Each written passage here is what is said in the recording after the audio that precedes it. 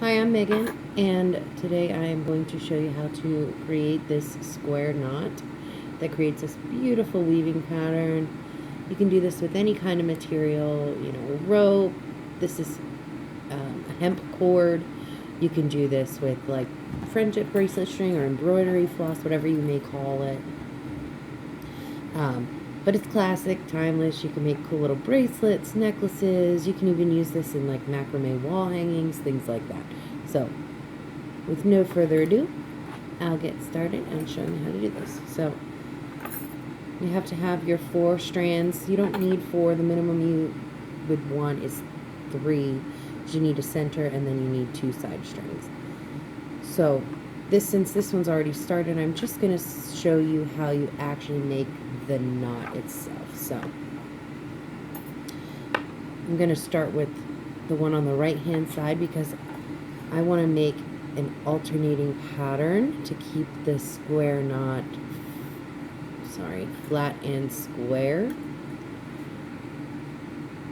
So in order to do that, you see how this side has a loop and this side it kind of looks like it's coming out from between the 2 strings. This is the one we're going to want to start with, and you're going to take it and place it, make a loop like this and place it behind the 2 strings, like that. And then you're going to take this cord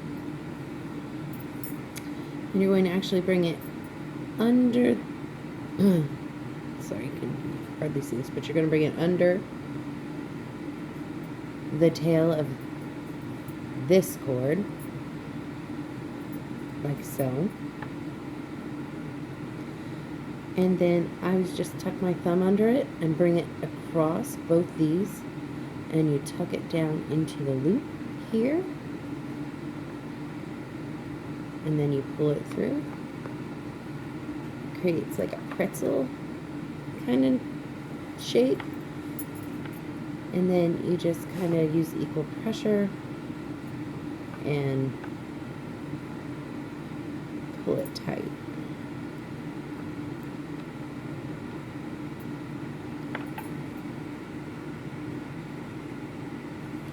Now, I actually did that backwards because that sent my loop the wrong way. You can actually create a spiraled pattern that looks like this. If you would have continued in the same direction using this as your starter string every time. So, the key to the square knot, now that I've messed up on my first try, is to go from the open part of the V, where the string is coming out of the center. This signifies that it's closed, okay? So, open part, put that behind the 2 strings. Then you're going to bring this string around behind that, and you're going to bring it across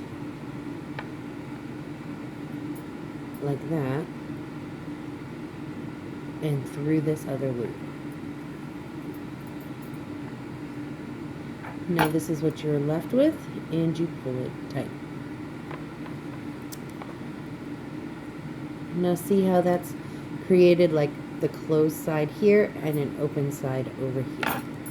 So now we're going to start with the open side. Tuck that behind the 2 strings. Bring this one down behind, across all the strings, and through the loop. And you just repeat that, alternating sides from the open V, starting with that side and tucking behind the 2 strings, placing the other string under and over and through.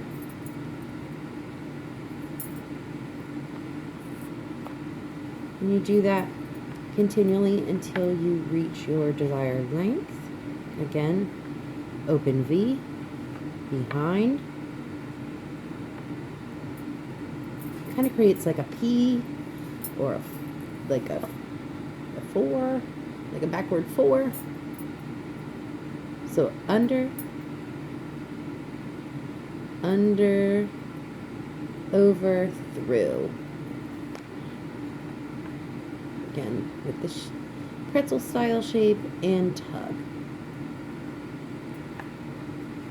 And, you know, you just kind of manipulate the string by pulling it, tugging it, with even pressure in order to keep these kind of straight. You can see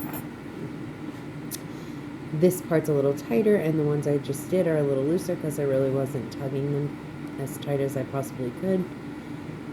But that's okay, you know, you get better with time. This side you can see is pretty uniform, looks pretty good.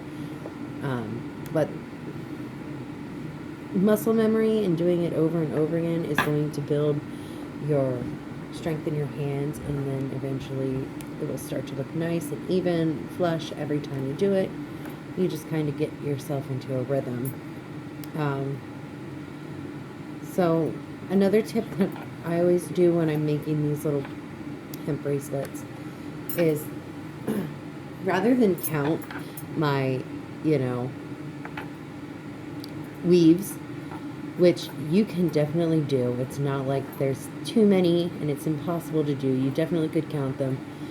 Rather than do that, I just honestly just bend it in half and kind of like eyeball my beads, because different beads have different widths, right? So this is a stack of beads, but it only needs to be so big to go around the wrist. So I just kind of like estimate it. It's not perfect way of doing it, but this is what I do. And you just weave until you feel like both sides here are even. And once you reach that point, I think I'm going to do one more actually before I go any further. But once you reach the point where you feel like both sides are even, then you're ready to finish off a bracelet.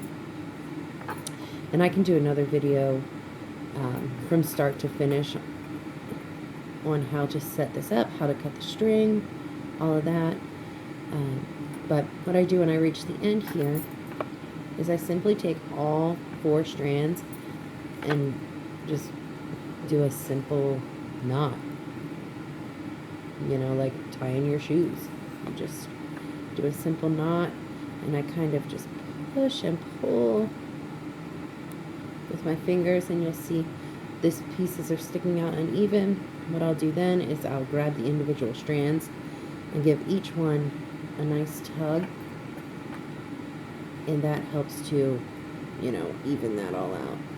And I like to keep my fingers pinched over the knot to kind of secure it, because if you don't do that, sometimes the knot will slide up the string. Then you'll end up with your knot down here and have loose string down here. And I like my knots to be flush against my weave, like that. And then to finish this off, you literally grab, you can tie another knot and use the knot as kind of like your stopper. What I do is I just grab like a smaller bead. I have this little wooden bead right here. It's perfect for fitting through the loop I have made here on the end of this. So then what I do is I either take 1 or 2. In this case, I'm going to take 2 cords, just because it makes it a little more secure and sturdy. It gives it less of a chance of breaking, and I literally just slide them through the bead. It doesn't matter which 2. You just kind of grab 2 and get them both in the bead. Sometimes I have to kind of twist your bead with the twist of the hemp cord, so you don't unwind the hemp cord. But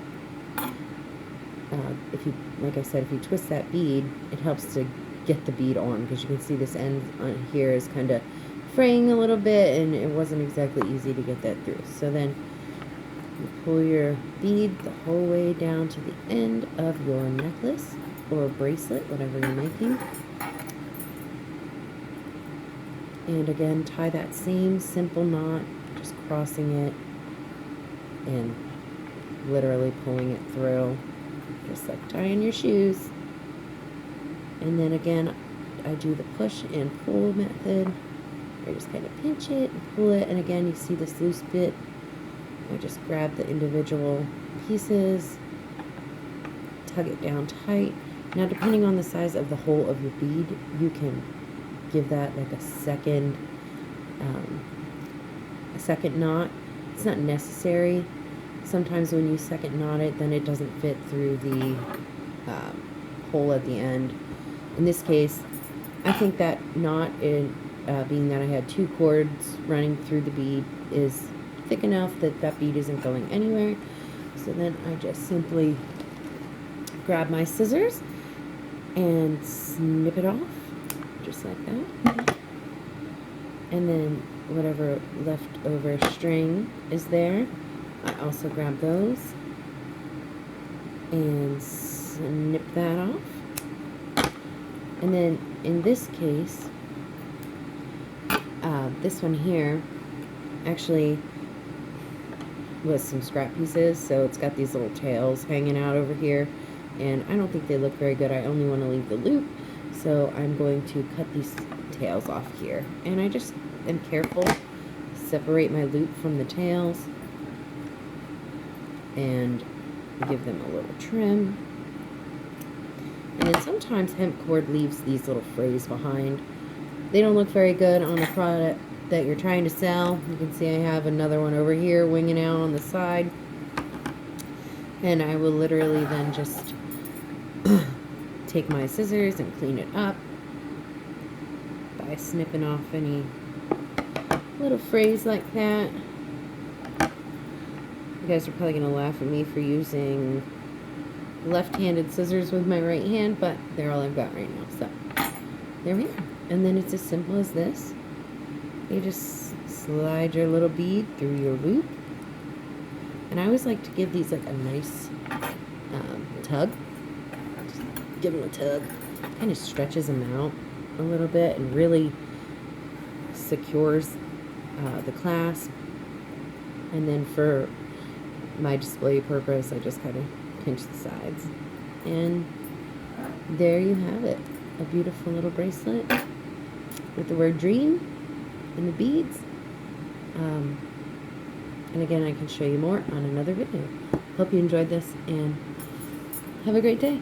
If you did, like and subscribe to this video, and hopefully I can bring you a lot more content, a lot more cool videos of do-it-yourself and craft projects, and maybe I'll even show you my face. Have a good day.